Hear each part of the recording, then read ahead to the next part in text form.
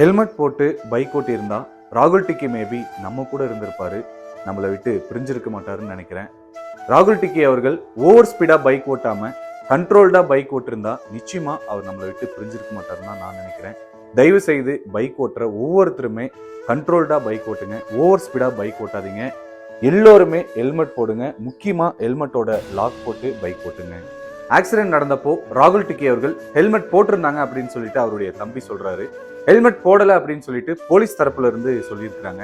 ஒரு விஷயங்க, டூ வீலர்ல ஆக்சிடென்ட் நடக்குது அப்படின்னா ஹெல்மெட் போட்டிருந்தோம் அப்படின்னா நிச்சயமா 99.9% தலைக்கு அடிப்படுறதுல இருந்து நம்ம காப்பாத்திக்கலாங்க. சிவியரான இன்ஜுரி தலைக்கு எப்போ ஏற்படும் அப்படின்னா ஹெல்மெட் போடாம ஆக்சிடென்ட் நடந்தா மட்டும்தாங்க. ராகுல் டிக்கி அவர்கள் ஹெல்மெட் போட்டிருந்தாரா போடலையா அப்படின்ற கான்ட்ரவர்சியை விட இனி ஒவ்வொருத்தருமே பைக் ஓட்டுறவங்க ஹெல்மெட் போடணும் அப்படின்றதுக்காக கிரியேட் பண்ண அவேர்னஸ் கண்டென்ட் தாங்க இந்த வீடியோ. ராகுல் அவர்கள் ஆக்சிடென்ட்ல இருந்துட்டாரு.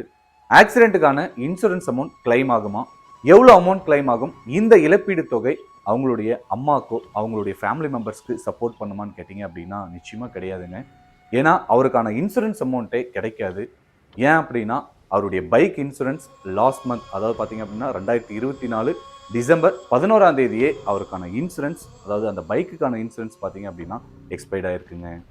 என்னுடைய மிகப்பெரிய வருத்தம் என்ன அப்படின்னா, அவருடைய இன்டர்வியூ பார்த்துருக்கேன்.